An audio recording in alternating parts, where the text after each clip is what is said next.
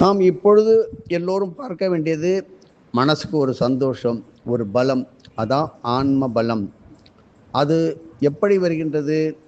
சூரிய வழிபாட்டு முறையில் எப்படி வருகின்றது? அது வழிபாடு முக்கியம் என்பதை இங்கே நாம் விளக்கமாக பார்ப்போம். நம்ம இந்த அகஸ்திய விஜயத்திலே இந்த மே மாதம் 2026 ஆன்மீக மாத இதழிலே கொடுத்துள்ளோம். சூரிய பகவானை நாள்தோறும் வழிபடுவது ஒவ்வொரு மனிதனின் கண்டிப்பாக கட்டாய கடமையாகும். இதனால்தான் ஒவ்வொருவரும் ஜாதி மத இன குல பேதமே இல்லாமல் தவறாமல் நாள்தோறும் 3 வேளையும் சந்தியாவனம் செய்ய வேண்டும் என்று நமது வாத்தியார் சொல்வார். எத்தனையோ மகான்கள் பெரியவர்கள் சொல்லிக்கொண்டே வருகிறார்கள். சூரிய பகவானை வழிபடுவதற்கான மிக முக்கியமான மந்திரங்களிலே தலைமையான சந்தியாவனத்தில் வருகின்ற காயத்ரி மந்திரம். சூரிய பகவான் ஆத்மகாரகன் என்னும் அழைக்கப்படுகிறார். அதாவது அவர் நமக்கு உன்னதமான ஆன்ம பலத்தை வழங்குபவர் என்பது எல்லோருக்கும் தெரியும். தெரியாதவர்கள் தெரிந்து கொள்ளுங்கள். வாழ்வில் ஆன்மீக ரீதியாக முன்னேறவும் அதே சமயம் லௌகீக காரியங்களில் வெற்றி பெறவும் வீடு வாசல் நிலம் புலம் சந்தோஷம் அத்தனையும் இந்த ஆத்மபலம் மிக மிக இதற்கு அவசியம். இதற்கு சிறந்த உதாரணமாக நடமாடும் தெய்வமான ஸ்ரீ காஞ்சி மகாபெரியவாள் அவர்களின் திருவாழ்வை நாம் இங்கே கூறலாம். அவர் மாதக்கணக்கிலே வெறும் கைப்பிடி அவளை மட்டுமே உணவாக உட்கொண்டு கடுமையான தவங்களை மேற்கொண்டவர். அப்படி அவர் வாழ்க்கையிலே ஒருவேளை கூட விடாது சரியான நேரத்தில் செய்த 3 கால திருகால சந்தியாவந்தனம், காயத்ரி ஜபம் மற்றும் அர்க்கிய பிரதானம் ஆகியவை அவருக்கு அத்தகைய அளப்பரிய ஆத்ம பலத்தை கொடுத்தது. மகாபெரியவாளே செய்தால் அவரே செய்தார் என்றால் அவருக்கு என்ன தேவைப்பட்டது? வீடு வாசல் ஐஸ்வர்யம் கிடையாது. நமக்காக பாடுபட்டார். அப்படி இருக்கும்போது அவரை தேடி கோடான கோடி பக்தர்கள் அருளை பெற்று இன்று வாழ்ந்து கொண்டு இருக்கின்றார்கள். உங்களையும் தேடி வருவார்கள் நீங்கள் இதை செய்தால். இப்படி மகா பெரியவர் போன்ற உன்னத மகான்கள் உணவே இல்லாமல் கூட வாழும் அப்படி மாபெரும் அற்புத சக்தி படைத்தவர்கள் இருந்தாலும் ஒரு சாதாரண மனிதனைப் போல அவர்கள் வெளியில் காட்டுவது இல்லை. அப்படி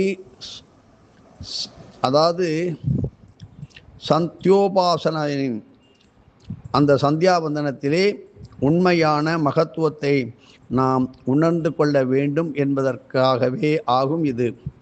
குறிப்பு: சூரிய பகவானின் பல்வேறு வழிபாட்டு முறைகள் மற்றும் மகிமைகளை நமது ஜனவரி மாதம் 2026 அகஸ்திய விஜயத்திலே விரிவாக பதிவு செய்து உள்ளதை படித்தும் காட்டியுள்ளோம். இதை மனதில் வைத்துக் கொள்ளுங்கள். ஜோதிட சாஸ்திரத்தின் உண்மையான நோக்கம், எல்லோரும் கவனியுங்கள், ஜோதிட சாஸ்திரத்தின் உண்மையான நோக்கம், ஜோதிட சாஸ்திரப்படி மேஷம் முதல் மீனம் வரையிலான 12 ராசிகளில் ஒவ்வொரு கிரகமும் ஒரு குறிப்பிட்ட ராசியில் சஞ்சரிக்கும் போது அந்த கிரகம் உச்சநிலை அடைகிறது. எப்போதெல்லாம் ஒரு குறிப்பிட்ட கிரகம் தனது உச்சநிலையை அடைகிறதோ அந்த மங்களகரமான காலகட்டம் அந்த குறிப்பிட்ட நவக்கிரக தேவதையை ஆத்மார்த்தமாக வழிபடுவதற்கும் அதன் மூலம் ஆன்மீகத்தில் மிக மிக உயர்ந்த நிலைகளை அடைவதற்கும் மிகவும் உகந்தது ஆகும். பழங்காலத்தில் ஹோமங்கள், ஜபங்கள் மற்றும் ஸ்லோக பாராயணங்கள், அந்த பாராயணங்கள் செய்ய இப்படிப்பட்ட பலன்கள் பல்கி பெருகின, கோடி கோடியாக ஒன்றது. இத்தகைய பலன்கள் தரும் நேரங்களை அற்புதமாக தேர்ந்தெடுத்து ஜோதிட சாஸ்திரத்தை ஆன்மீக முன்னேற்றத்திற்கான ஒரு கருவியாக மட்டுமே நமது முன்னோர்கள் பயன்படுத்தினார்கள். ஆனால் இன்று ஜோதிட சாஸ்திரத்தை முற்றிலும் உலகியல் மற்றும் லௌகீக தேவைகளுக்காக மட்டுமே மக்கள் பயன்படுத்துவதை பார்ப்பது மிகவும் வேதனையாக உள்ளது. ராகுகால பூஜையின் மகத்துவம் பலமுறை சொன்னோம், இப்படியும் சொல்லுகிறோம். இதனை நமது சர்க்குரு அவர்கள் ஒரு அருமையான உதாரணத்துடன் நமக்கு விளக்கினார். தற்காலத்தில் மக்கள் ராகுகால நேரத்தை எந்த ஒரு சுபகாரியத்தையும் புதிய தொடக்கத்தையும் தவிர்ப்பதற்காக மட்டுமே பயன்படுத்துகிறார்கள். இது ஒரு வகையில் சரி என்றாலும் உண்மையில் அந்த நேரத்தை அன்னை பராசக்திக்கும் ராகு பகவானுக்கும் பூஜை செய்வதற்காக முழுமையாக அர்ப்பணிக்க வேண்டும். அதற்காகத்தான் இந்த நேரம் உருவாக்கப்பட்டது. இப்படி கலியுகத்திலே நாம் சந்திக்கும் தீய சக்திகளின் பாதிப்புகளில் இருந்து விடுபடவும், நாகதோஷங்களிலிருந்து விடுபடவும் மற்றும் சக்தி உபாசனையில் மேன்மை அடையவும் ராகு காலம் மிக சிறந்த நேரம் என்பதை மனதில் கொள்ளுங்கள். ராகுகால பூஜைக்கு மிக எளிமையான முறை ஒன்று உள்ளது. வாரத்தின் 7 நாட்களிலும் வரும் ராகுகால நேரத்தில் அன்னை ஸ்ரீ துர்காதேவியின் காயத்ரி மந்திரத்தை தொடர்ந்து ஜெபித்து வருவதே இம்முறை ஆகும். ஒரு பக்தர் இதனை தொடர்ந்து செய்து வந்தால் கடுமையான விரதங்களாலும் தபத்தாலும் அடையக்கூடிய மிக உயர்ந்த நிலையை, இந்த ஆன்மீக நிலையை அவர் இதன் மூலமாக மிக மிக எளிதாக அடைந்து விடுவார்கள். மேலும் நமது வாத்தியார் அவர்கள் தனது தீர்க்க தரிசனத்தால் எதிர்காலத்தில் ராகுகால பூஜையை, அதுபோலவே கேது கால பூஜை மக்களிடையே மிக மிக பிரபலம் அடைய போகிறது என்று கூறியுள்ளார். மிக விரைவில் வரப்போகிறது. அதாவது கத்திரி காலகட்டம், அதனுடைய காலகட்டமும் சூரிய வழிபாடும் பற்றி இங்கே பார்ப்போம். சூரிய பகவான் மேஷம் மற்றும் ரிஷபராசியில் சஞ்சரிக்கும் ஒரு குறிப்பிட்ட காலகட்டம் மிகவும் விசேஷமான காலமாகும். இதில் தான் கத்திரி காலமும் வருகிறது. இதில் மேஷராசியில் சூரிய பகவான் முழுமையான உச்ச நிலையை அடைகிறார். இப்படி இந்த உன்னத காலகட்டத்தை மனிதர்கள் அனைவரும் சூரிய பகவானை வழிபடுவதற்கு முழுமையாக பயன்படுத்தி கொள்ள வேண்டும் என்பதற்காக இந்த பதிவை உங்களுக்கு கொடுக்கின்றோம். விட்டால் கிடைக்காது, முழுமையாக பயன்படுத்தி கொள்ள வேண்டும் என்று நமது குரு பரம்பரையை சேர்ந்த சித்தர்கள் மேலும் அறிவுறுத்துகின்றார்கள். வேதவியாசர் அருளிய சூரிய பகவானின் மிக பிரபலமான ஸ்லோகமான ஜபா குசும சங்காசம் என துவங்கும் துதியை சூரிய பகவான் அனைத்து விதமான பாவங்களையும் சுட்டெரிப்பவர். எப்பேற்பட்ட பாவங்களாக இருந்தாலும் இந்த ஜபா குசுங்க சங்காசம் என்கின்ற வருகின்ற சூரிய நமஸ்கார பாராயண மந்திரத்தை சொன்னால் எவ்வளவு பெரிய பாவமானாலும் சுட்டு எரிக்கப்படும். இப்படி அற்புதமாக போற்றுவார் நமது வாத்தியார். மேலும் சூரியனை தொடர்ந்து வழிபடுவதால் சிறப்பான கண் பார்வையும், அதாவது குறையற்ற நல்ல உடல் ஆரோக்கியத்தையும் நன்றாக பெற்று நீடூடி வாழ்வீர்கள். சாம்பன் செய்த சூரிய உபாசனை என்ன?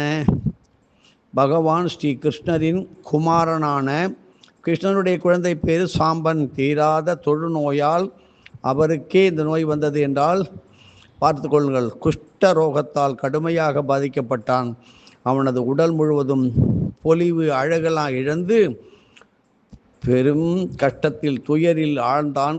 அகிலத்தையே தன் கடைக்கண் பார்வையால் காக்கும் பரந்தாமனான ஸ்ரீ கிருஷ்ணர் நினைச்சிருந்தால் தன் மகனின் கொடிய நோயை ஒரே நொடியில் நீக்கியிருக்க முடியும். ஆனால் இந்த உலக மக்களுக்கு சூரிய உபாசனையின் உன்னத மகிமையை உணர்த்தும் ஒரு இறை லீலையாகவே இந்த நிகழ்வை அவர் பயன்படுத்தினார். இதை பற்றி யாவரும் சொல்லுவதும் இல்லை, தெரிந்து கொள்வதும் இல்லை, தெரிந்திருக்காது. இப்பொழுது தெரிந்து கொள்ளுங்கள். கிருஷ்ண பகவானின் குழந்தைக்கே தீராத பெரும் குஷ்ட நோய். இப்படி பெரும் துயரத்தோடு நின்ற தன் மகனிடம் ஸ்ரீ கிருஷ்ணர், மகனே, நவகிரகங்களில் நோய்களை தீர்த்து முழுமையான ஆரோக்கியத்தை வாரி வாரி வழங்கும் ஆரோக்கியக்காரகன் சூரிய பகவானே ஆவார். நீ முழுமையான பக்தியோடு சூரியன் உபாசனை செய்து அவரை தொடர்ந்து வழிபடுவாயாக. அப்படி என்று கூறிவிட்டார்.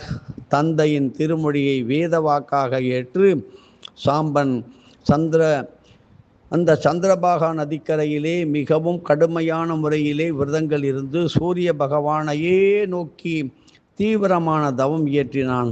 அவனது ஆத்மார்த்தமான இன்வால்மெண்ட் உபாசனையை கண்டு மனமகிழ்ந்த பகவான் சூரியன் அவனுக்கு நேரிலே காட்சி கொடுத்து அருள் பாலித்தார். என்ன செய்தார்? நோய்களை சுட்டு எரிக்கும் சூரியனின் திவ்யமான அருட்கதிர்கள் பட்ட அதே ஒரு கண் இமைக்கும் நேரத்திலே சாம்பனை பிடித்திருந்த கொடிய தொழுநோய் முற்றிலும் நீங்கி அவன் தன் பழைய பொலிவான தங்க மேனியை தேகத்தை மீண்டும் பெற்றான். ஆரோக்கியம் பாஸ்கராது இச்சேது. ஆரோக்கியத்தை சூரியனிடம் இருந்து வேண்டி பெற வேண்டும் என்ற வேத வாக்கிற்கு ஏற்ப சாம்பனின் இந்த சரித்திரம் நமக்கு ஒரு மாபெரும் பாடத்தை கற்பிக்கிறது. எல்லோரும் இப்பொழுது சூரிய நமஸ்காரம் பண்ண வாருங்கள். நாமும் தினசரி காயத்ரி மந்திரம் ஜெபித்து சூரிய பகவானை முழு நம்பிக்கையோடு உபாசனை செய்து வந்தால் எப்பேற்பட்ட தீர்க்க முடியாத தீராத பிணிகளும் நீங்கி பொசுங்கி மாபெரும் ஆத்மபலம் குறைவற்ற நல்வாழ்வும் கிட்டும். இது சத்திய வாக்கு என்பது உறுதி. இப்படி சந்தியோபாசனையின் அதாவது சந்தியாவந்தன பலன்கள் அது எந்த ஒரு தேசத்திலும் எல்லா மக்களாலும் இது சந்தியோபாசனை அதாவது சந்தியாவந்தனம் உபாசனை வழிபாட்டு முறை என்று பெயர். இதை முறையாக செய்யப்படுகிறதோ அங்கு ஆட்சியும் நிர்வாகமும் பக்தியாலும் தர்மத்தாலும் நிரம்பி இருக்கும். பருவ காலங்கள் தவறாமல் இயல்பாக நடைபெறும். தகுந்த நேரத்தில் நல்ல மழையும் பொழியும். தானியங்கள் உணவு மற்றும் பிற அத்தியாவசிய பொருட்களும் எந்தவித பஞ்சமும் இருக்காது. மனித குலமும் தாவர ஜங்கமும் செழிப்பாக மிகவும் அமைதியாகவும் வளர்ந்து வாழ்வார்கள். எனவே பருவமழை தகுந்த நேரத்தில் பெய்யவில்லை என்றாலோ அல்லது நிர்வாகத்தில் தர்மம் குறைகிறது என்றாலோ நாம் செய்ய வேண்டிய சந்தியாவந்தனம் சத்யோபாசனையும் இது ஒரு மனசார் நாம் நினைத்து பார்க்க வேண்டும். இப்படி கத்திரி காலகட்டத்திற்கான விசேஷ தான முறையை பற்றி இங்கே பார்ப்போம். சூரிய பகவான் மேஷம் மற்றும் ரிஷபராசியில் சஞ்சரிக்கும் கத்திரி காலகட்டம் மிக மிக உன்னதமான ஆன்மீக பலன்களை தரும் என்பதை தெரிந்து கொள்ளுங்கள். நாம் முன்பே பார்த்தோம் இதை பற்றி. இந்த விசேஷமான காலகட்டத்தில் அடியவர்கள் கட்டாயம் செய்ய வேண்டிய அளப்பரிய பலன்களை தரக்கூடிய ஒரு சிறப்பு தான முறை உள்ளது. இந்த சிறப்பு தான முறைக்கு அதற்கு பின்னால் 63 நாயன்மார்களின் ஒருவரான அறிவட்டாய் நாயனாரின் சரிதம் அடங்கி உள்ளது. அறிவட்டாய நாயனார் தினமும் சிவபெருமானுக்கு செந்நெல் சாதம், செங்கீரை மற்றும் சுவையான மாவடு ஆகியவற்றை நெய்வேத்தியமாக படைத்து அதன் பிறகே தான் உணவு உண்ணும் உன்னத விரதத்தை இது தன் உயிர் மூச்சாக கடைபிடித்து வந்தார் என்பதை இங்கே நீங்கள் தெரிந்து கொள்ள வேண்டும். இவரது கலப்படமற்ற தூய பக்தியை உலகிற்கு உணர்த்த விரும்பிய சிவபெருமான் அவருக்கு வறுமையை அளித்து சோதித்தார்.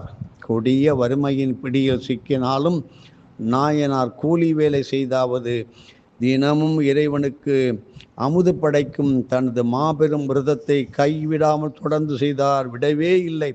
ஒரு நாள் இறைவனுக்கு படைப்பதற்கு செந்நெல் சாதம், செங்கீரை மற்றும் மாவடு ஆகியவற்றை ஒரு கூடையில் சுமந்து கொண்டு தன் மனைவியுடன் சென்று கொண்டு இருந்தார். பல நாட்கள் சரிவர உணவில்லாத காரணத்தால் உடல் சோர்வுற்று கால் இடறி தரையில் விழுந்தார். இறைவனுக்காக கொண்டு வந்த அமுது முழுவதும் அப்படியே தரையில் கொட்டி மண்ணோடு வீணாகிவிட்டது. ஆகவே பெரும் வேதனையில் துடித்தார் நாயனார். இறைவனுக்கு உணவளிக்க முடியாத இந்த உயிர் இனி இந்த உடம்பில் இருப்பதில் அர்த்தமே இல்லை என்று எண்ணி தன்னிடம் இருந்த அறிவாளர் தனது கழுத்தை அறுத்து கொள்ள துணிந்தார். என்ன நடந்தது? அப்போது தரையில் கொட்டிய அந்த மாவடுவை சிவபெருமான் கடித்து உண்ணும் நறுக்கு நறுக்கு என்று ஒரு சத்தம் கேட்டு நாயனார் அப்படியே பார்த்து மெய்சிலித்தார். இறைவனின் திருக்கரம் நாயனாரை தடுத்தாட்கொண்டது. சிவபெருமான் உமாதேவியோடு அப்படியே ரிஷப வாகனத்தில் நேரில் காட்சி தந்து அவருக்கு முக்தி அளித்து அருளினார் என்பதை நாம் தெரிந்து கொள்ள வேண்டும். இப்படி கத்திரி காலகட்டத்திற்கான தான முறை அடியவர்கள் சுத்தமான முறையில் தயிர் சாதம் தயாரித்து அதனுடன் செங்கீரை எனப்படும் மாவடு சேர்த்து பக்தர்களுக்கு தானமாக வழங்க வேண்டும். இது ஈசனுக்கே செய்யும் ஒரு நிவேத்தியம் போல மிகவும் பிரியமான தானமும் ஆகும். நமது வாத்தியார் சுவாமிகள் இந்த மாபடு தானத்தின் மகிமையை பற்றி அவரது பாணியிலேயே கூறுகையில், அறிவட்டாய நாயனார் தினமும் சாதம் கீரை மாபடு சமர்ப்பணம் பண்ணும்போது சிவபெருமான் மாபடு கடிக்கிற சத்தம் இந்த நாயனாருக்கு கேட்குமாம். அதுக்குத்தான் அடியேன் வாழ்க்கையில் முடிஞ்ச அளவுக்கு தயிர் சாதத்தோடு சேர்ந்து மாபடு தானமாக கொடுத்துட்டு வாங்கன்னு சொல்கிறது. நீங்கள்லாம் கேளுங்கய்யான்னு சொல்லுவார். இப்படி ஸ்பெசிஃபிக்காக இந்த கத்திரி வெயில் காலத்தில் பண்ணுறது ரொம்ப ரொம்ப சொல்ல முடியாத அளப்பரிய விசேஷம்னு நமது வாத்தியார் சொல்லுவார். இதோ வந்து விட்டது கத்திரி. சிவபெருமானுக்கும் ரொம்ப பிடித்தமான சேவை சார்னு சின்ன பசங்களை கூட பார்த்து சார்னு சொல்வார். இப்படிப்பட்ட சிறப்பு வாய்ந்த கத்திரி காலகட்டத்தில் வாத்தியாரின் திருவாக்கின்படி தயிர் சாதத்துடன் மாவடு மற்றும் செங்கீரை சேர்த்து தானம் செய்து சிவபெருமானின் பரிபூர்ண அருளை பெற வேண்டும் என்று எல்லோருக்கும் இதன் மூலம் உங்களை அன்புடன் அழைக்கின்றோம். ஓம் ஸ்ரீ மகா சூரிய நாதரே போற்றி. ஓம் ஸ்ரீ பாஸ்கராய நமகா. எதுவும் என்னுடையதல்ல, அனைத்தும் உன்னுடைய அருளால் அருணாச்சலா.